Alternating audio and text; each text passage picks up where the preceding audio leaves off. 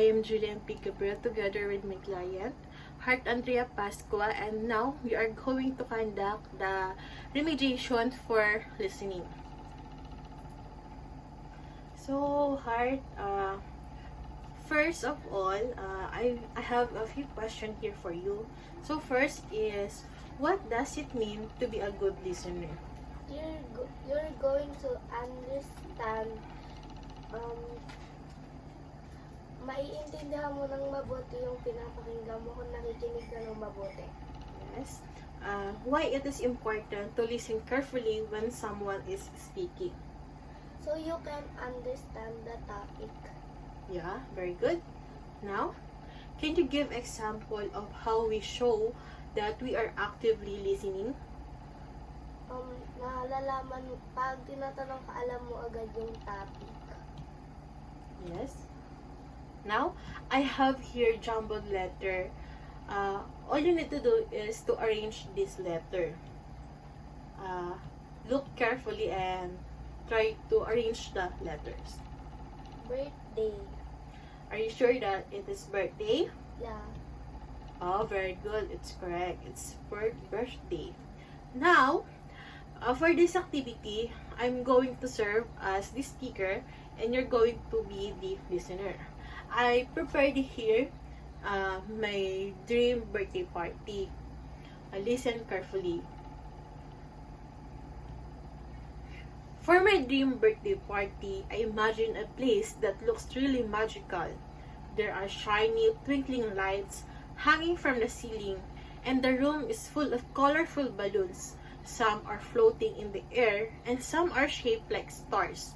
On the tables, there are lots of sweet treats, cupcake with rainbow icing, chocolate fountains, marshmallow, and of course, a big cake covered with glittery sprinkles. I want soft music playing in the background so people can feel relaxed and happy. I would love to have fun games like a treasure hunt or guessing games, and even a dance area where we can just have fun and move around. The whole place should feel like a dream or fantasy land.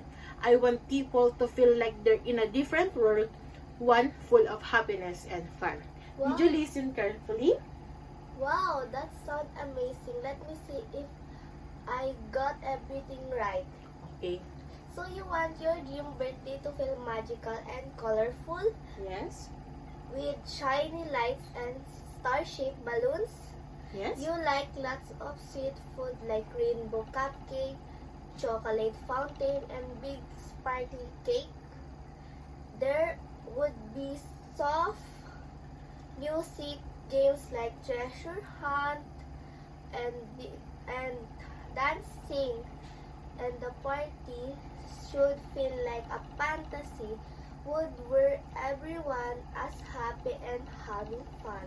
Wow, I guess that you got the right or the exactly word that I have said. For now, for my birthday party, can you suggest some idea that how can I improve my dream birthday party? Based on everything you said, I think the great theme for your birthday could be something like Fantasy Candyland or Magic Dreamland. For Yes. the location, maybe a decorated indoor hall with a dim light and good decoration, colorful decoration, or even a big garden with fairy fairy lights and party tents. That way, it feels like you're sleeping on a new world. Wow. So you say that I can have a birthday party that a theme could be like Disney princess like that. Yeah. Now, okay, thank you. Now for our next activity is I have here some you need to supply the needed word or you need to complete the sentence. So today I learned that good listening means Good listening means you're understanding the topic carefully and you're listening good.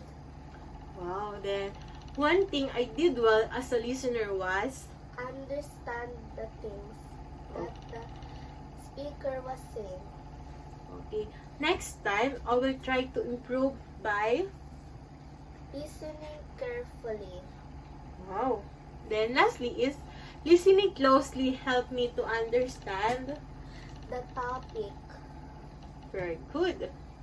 Now, for our last part, what did you enjoy most about being a listener and why? Natuto ko. Why? Na-improve yung skills ko What skills? para maka-understand pa ako. What skills does improve to you? Listening. Very good. Was it easy or difficult to summarize my birthday description? It's easy because you said it very detailedly. Wow, thank you. So, what did this activity teach you about the importance of listening? Importance of listening. Yes? What did this What on this activity, on your own opinion or in your own perspective, what is the importance of listening carefully when someone is talking? You have to listen carefully so you can answer the speaker question correctly. Wow, thank you. Now, can you use what you have learned today in real life conversation, or how can you use your learn today in your everyday life, like in going to school? How can you apply it? Listen carefully. Yes, how can you apply it in your everyday life? Listen carefully. Always listen carefully to the topic. Wow, very good. So, for additional questions, can you repeat what I have said earlier about the birthday party? You want to feel magical and colorful on your birthday with shiny lights and star-shaped balloons. You like a lot of sweet food like cupcake and chocolate fountain and a big sparkly cake.